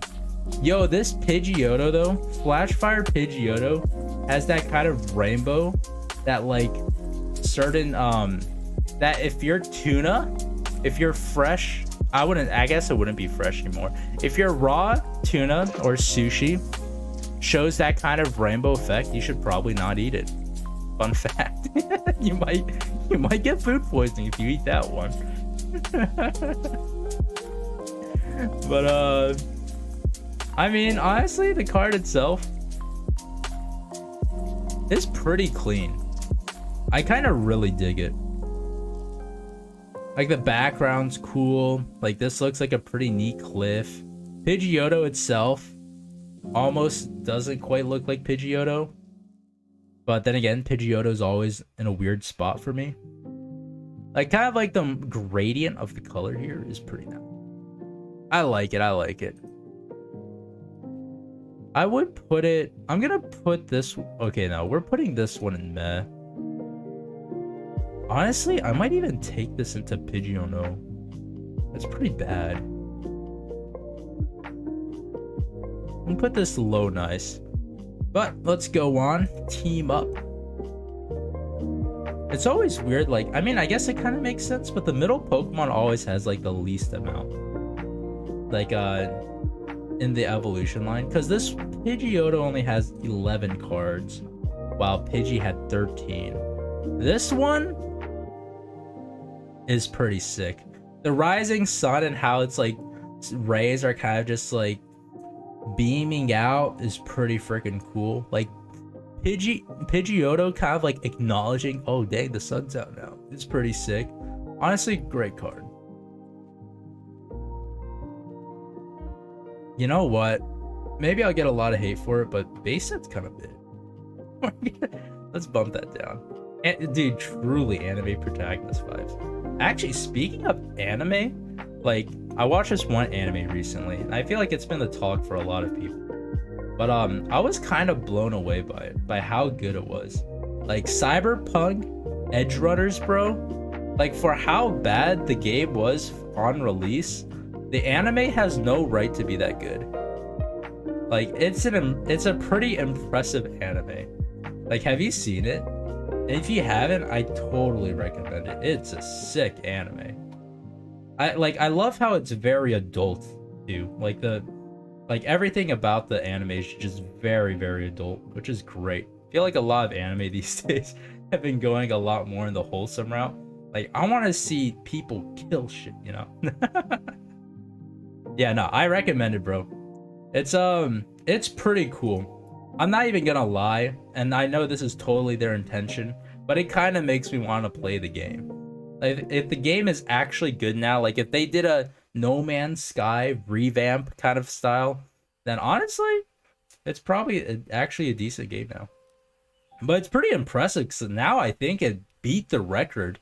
And this is probably due to the anime too, right? Like getting people interested in it again. But like, I think it beat the record for the most amount of players that are playing it like at one time, you know? Like, I think it recently beat out what, Witcher 3 or something like that, which is crazy. I forgot how many it was though. I think an insane amount of people. But like, I mean, it took on Steam. I don't know about like everything else, but whew, god dang. All right, Koga's Pidgeotto. This one's kind of meh. Honestly, S tier advertising, bro. This is why Taco Bell had that like anime advertising, right? Like Fry Force or whatever like that for the nacho fries. Bro, honestly, it's so absurd that like mainstream companies nowadays are kind of going into this like field as well. It's so weird. It's like such a surreal world we're living in now. Like, okay, I think recently Walmart and oh yeah, Jimmy Fallon's Tonight Show, like they're trying to get in onto the metaverse stuff. So like there's like an official Walmart land and Roblox now, and then the Tonight Show has a world on freaking Fortnite, bro. Like what world are we living in right now? Holy cow. I don't get it, man. Okay, but Koga's Pidgeotto from Gym Heroes is kind of not good. It's pretty basic. I don't think it's my favorite. Just make a waifu for advertising. There we go. There you go. It's just that easy, to be honest.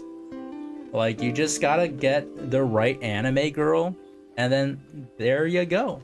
I mean, you've had like, what? You've had Samsung Sam, right? Anime girl. You know, Rule 34 was going crazy, but there it is. All right, last Pidgeotto card, Alto Mars.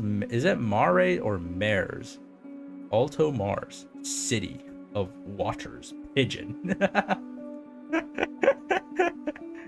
The direct translation is really funny, but this is what I mean. Like, some Japanese names are so stupid. Like, it's literally pigeon. Like, I mean, I guess it works for Japan because, you know, the word for pigeon is hato, but it's like, come on, can you not make it like better? Because like Pidgey is fine, right? Like, I feel like that's just a diminished pigeon. What is Pidgeot in Japanese? We'll figure it out. We'll see. But this one, honestly, this one is pretty cool. I dig this one. The background is very nice, very nice. Like, I'd put this up here. I think it's better than Johnny Bravo Pidgeotto. And to me, obviously, Expedition takes the mark here. This one, honestly, I'm kind of proud of this one. This one has a better like distribution of Pokemon cards here. There's a good amount of Pidgeotos. There's some Mez. There's a good amount of nice, impressives. Honestly, all in all, a pretty decent one here. But yeah, let me know what you'd put for Family Heirloom and what you would change around too. But let's move on to the final tier list of the day before I go and relax at a hot springs bath.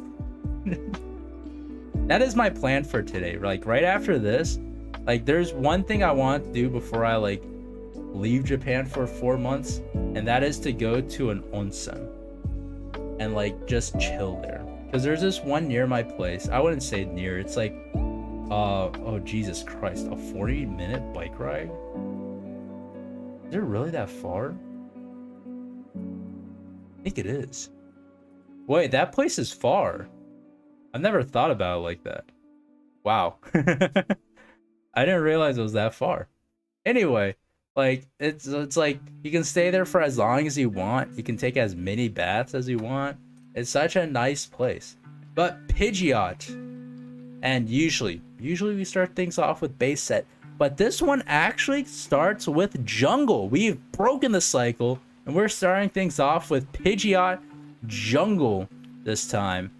And let's see, how do I feel about this one? Honestly, I usually don't like the excessive hollows and like lack of real background, but this card is sick. Oh, your brother has this card? Yay, that's awesome. Let's see. I feel like I have this card as well. I need to look through my old set because there's like certain cards I have and cards I think I have. You know what I mean? But that's awesome, dude. But yeah, this card, honestly, I usually don't like the holo, like I said, but this one's pretty sick. I honestly really like this one. I think it has to do with the Pidgeot itself, like how it's just like just chilling there, and like there's just so much flair to like what's happening, even though like it's kind of just like hovering, right? It's just flying, but like it just looks sick. This card's awesome. All right, what is it? Pidgeotto.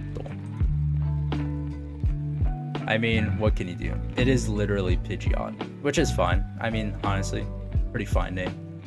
But Pidgeot, I mean, jungle, easily impressive, very nice. All right. Okay, so this card is really neat. In fact, I don't think I can call it a card. So this is Laboratory D36, or otherwise Game Boy Pidgeot. And fun fact, this card literally doesn't exist. So the Game Boy, the reason why it says Game Boy here and why this is like Game Boy Pidgeot is that there was a game on the Game Boy where it was basically the one and I guess only sequel to the Pokemon TCG game. So they made some cards, like some like cards specific to that game.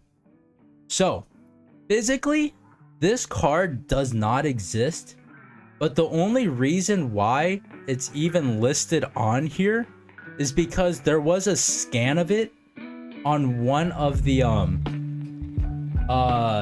what's it called, like magazines that covered Pokemon cards.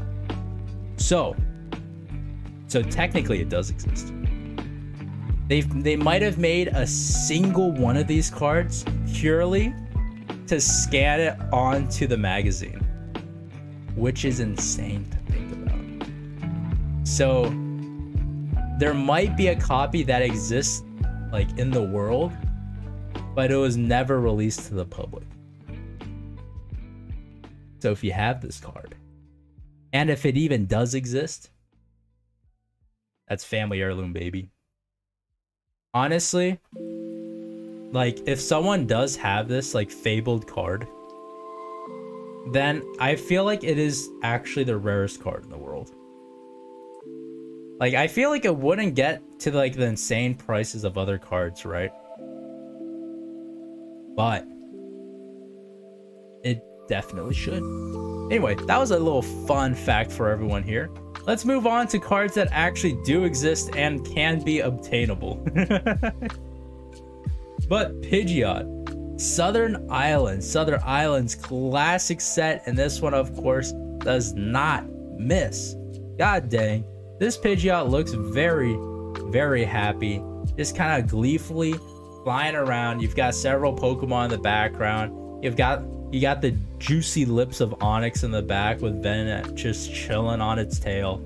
Then you got the tail of Mew, and then you got some feet and a butt. Like, I mean, that's a little weird, but these are like the art are taken off of like one giant art, so it's a snapshot of that specific Pokemon, right? So honestly, pretty cool. Southern Island is, I'm gonna say under jungle, but it is a nice card nonetheless. Where is it? Here we go. And then let's go on to Expedition, which is sick. This card is so sick. Like, god dang. Is this what like birds and falcons or whatever feel when they're like diving? Like it, oh man, it looks cool.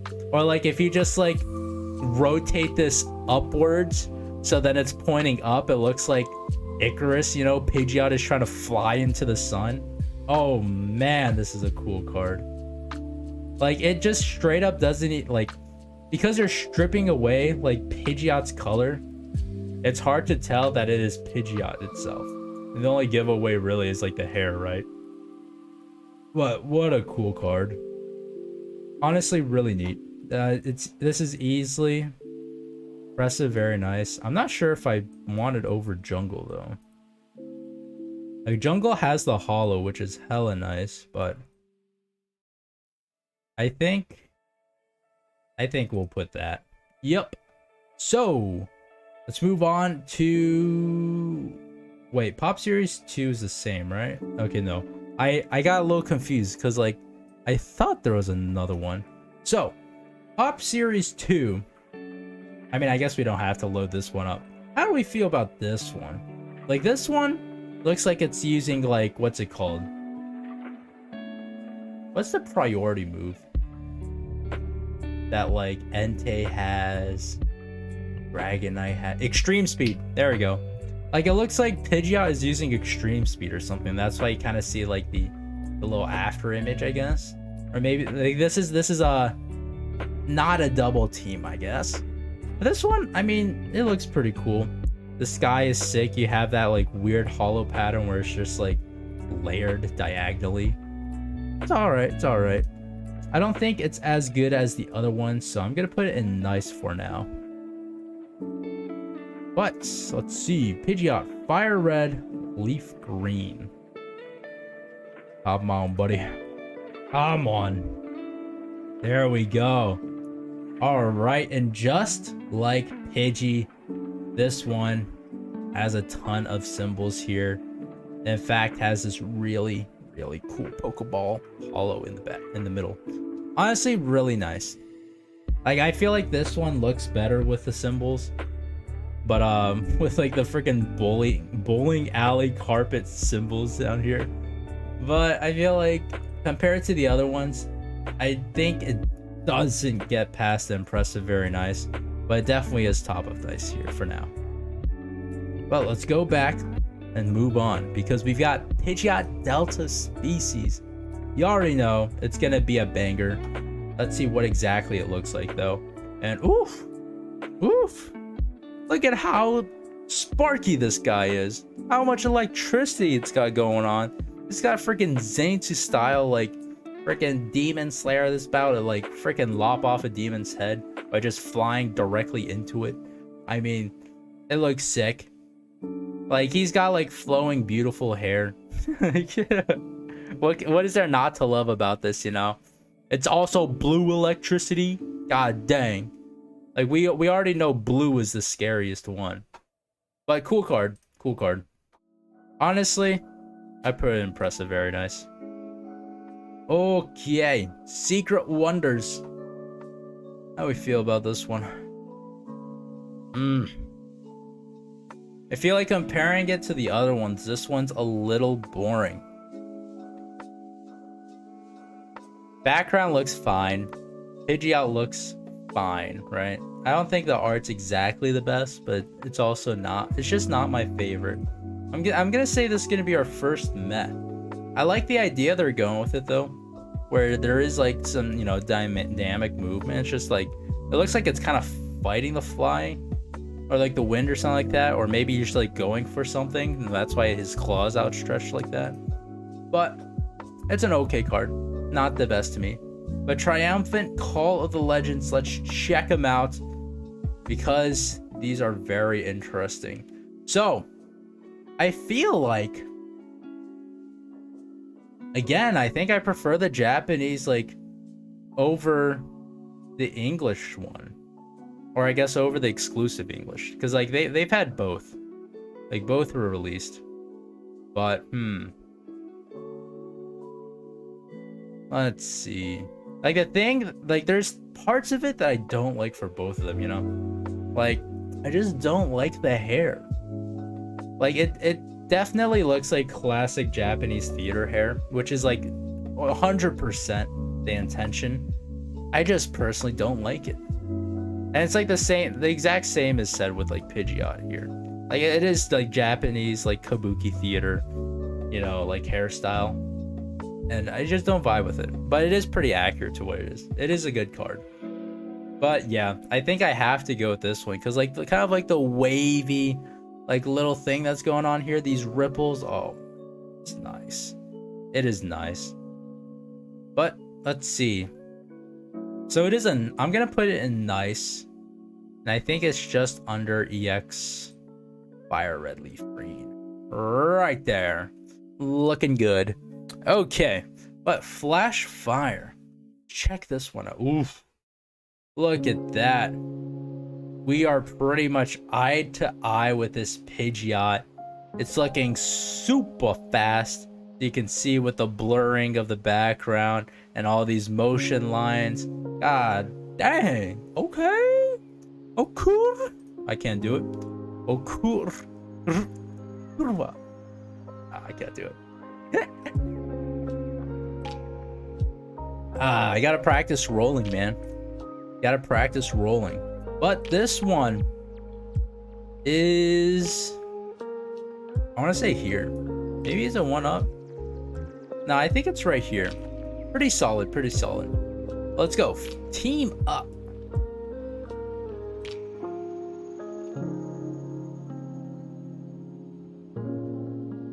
Nah. Not my favorite. This is meh. Okay.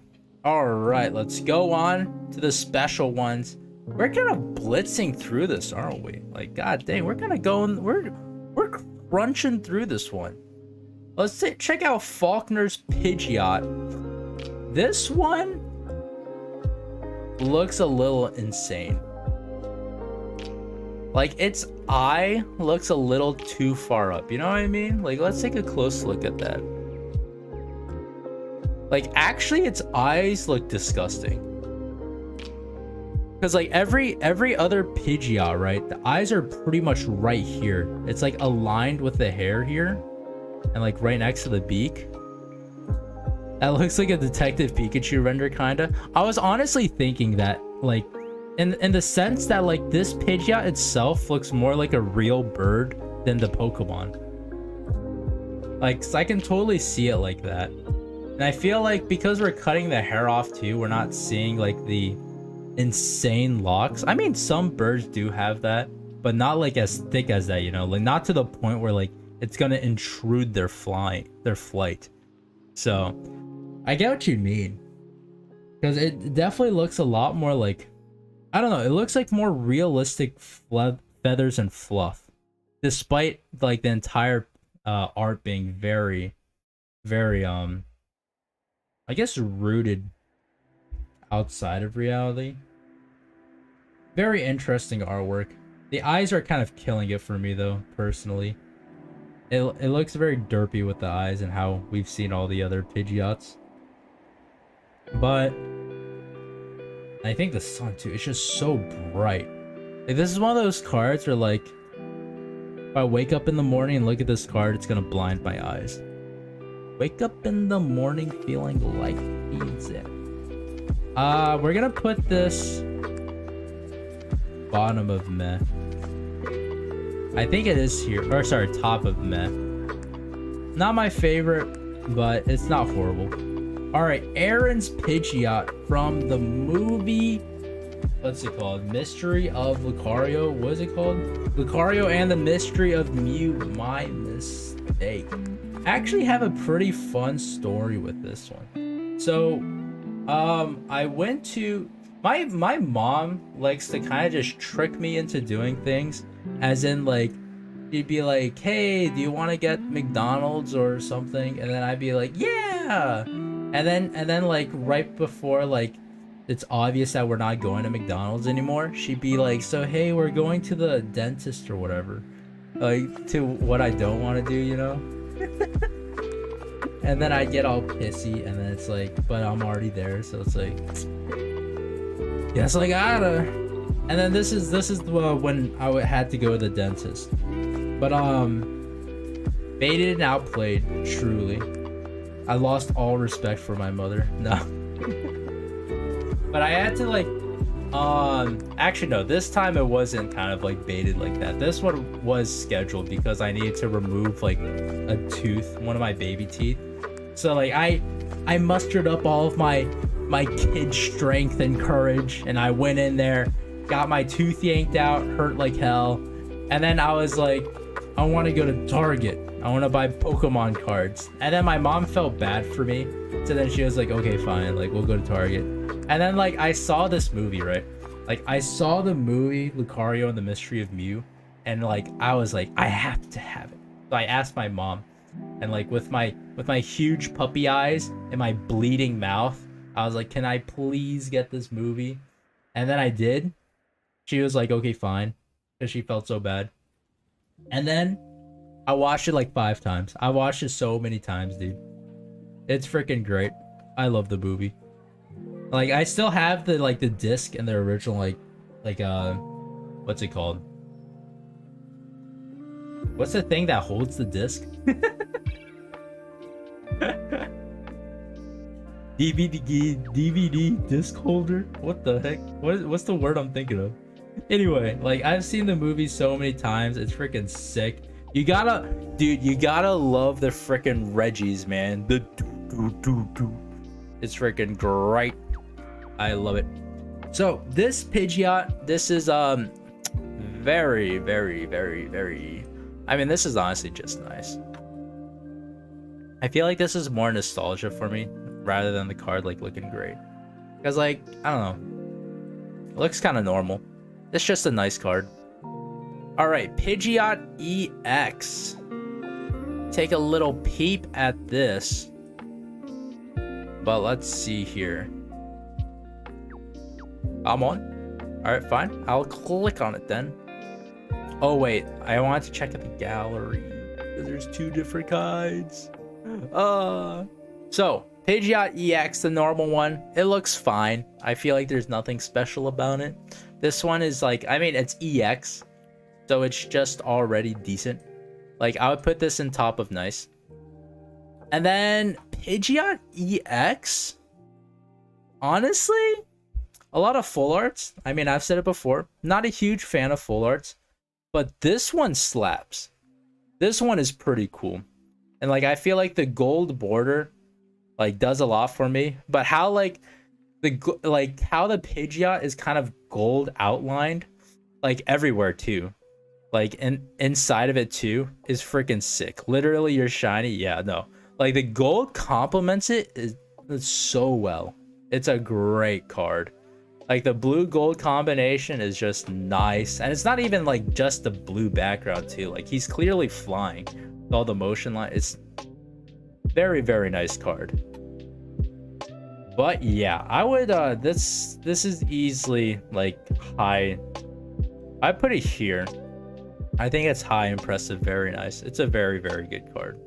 And then as for Mega Pidgeot EX, a little bit of a shame that they didn't produce many different megas of these this Pokemon. But I mean, honestly, it's okay. Let's see, taking a look at the regular print itself, it's a fine card. I'm not sure if I'd put it in impressive, very nice now.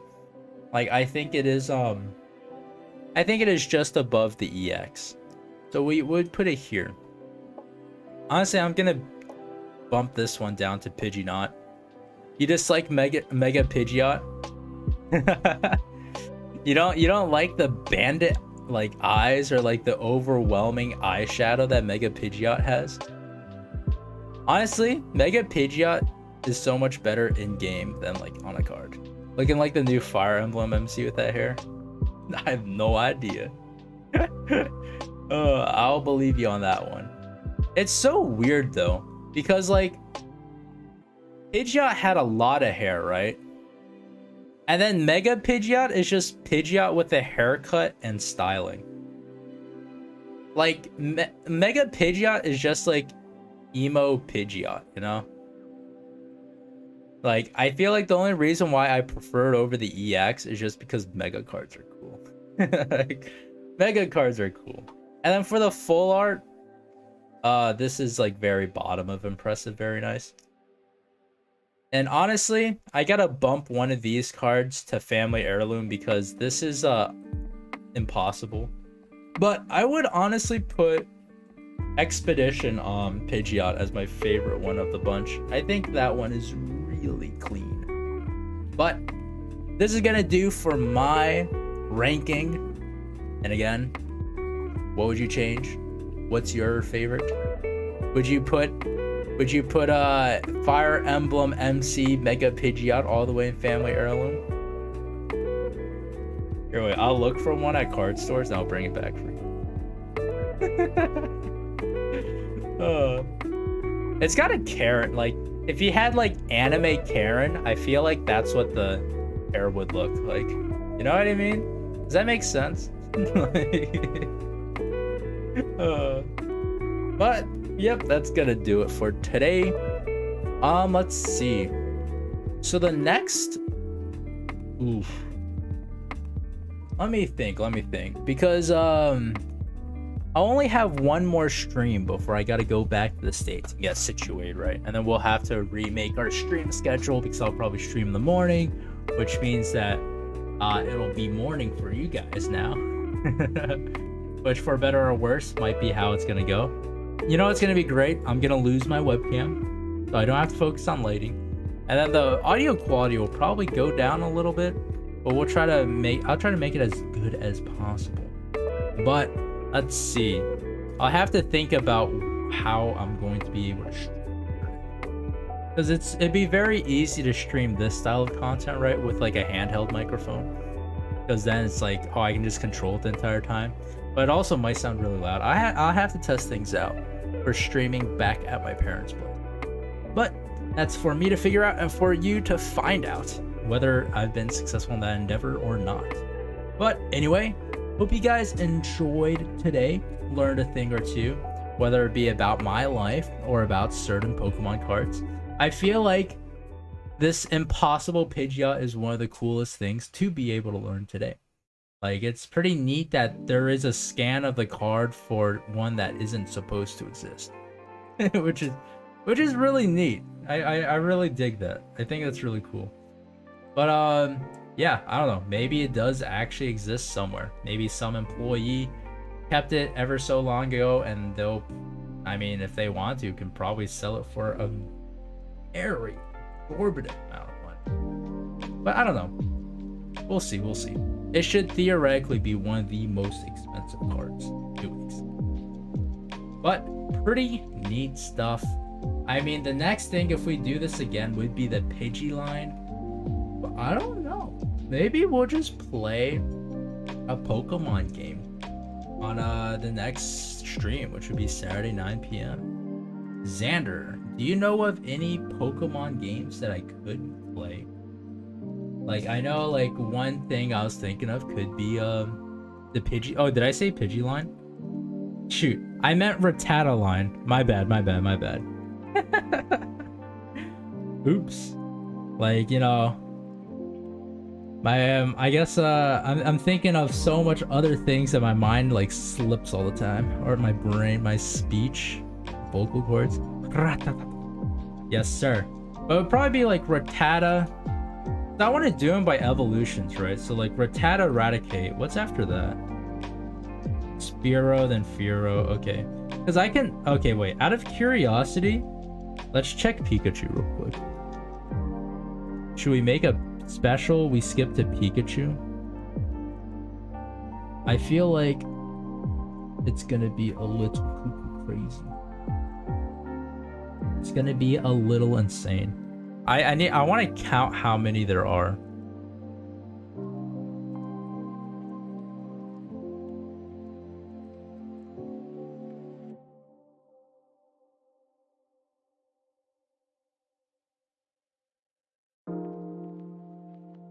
I forgot didn't have that screen shared, so I'm gonna let you guys take a look at how many there are as well. Scrolling through it relatively fast.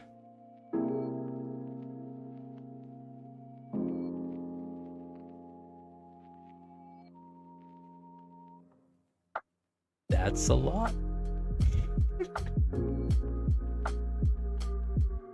Holy moly.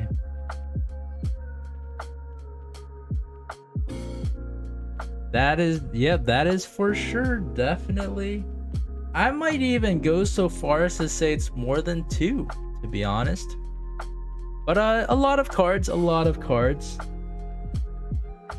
Like, I think it literally took me, like, what, 40 minutes to do Pidgey, and that has 11 cards. And I did kind of spend my time on it, but yeah, that's going to be a very special stream.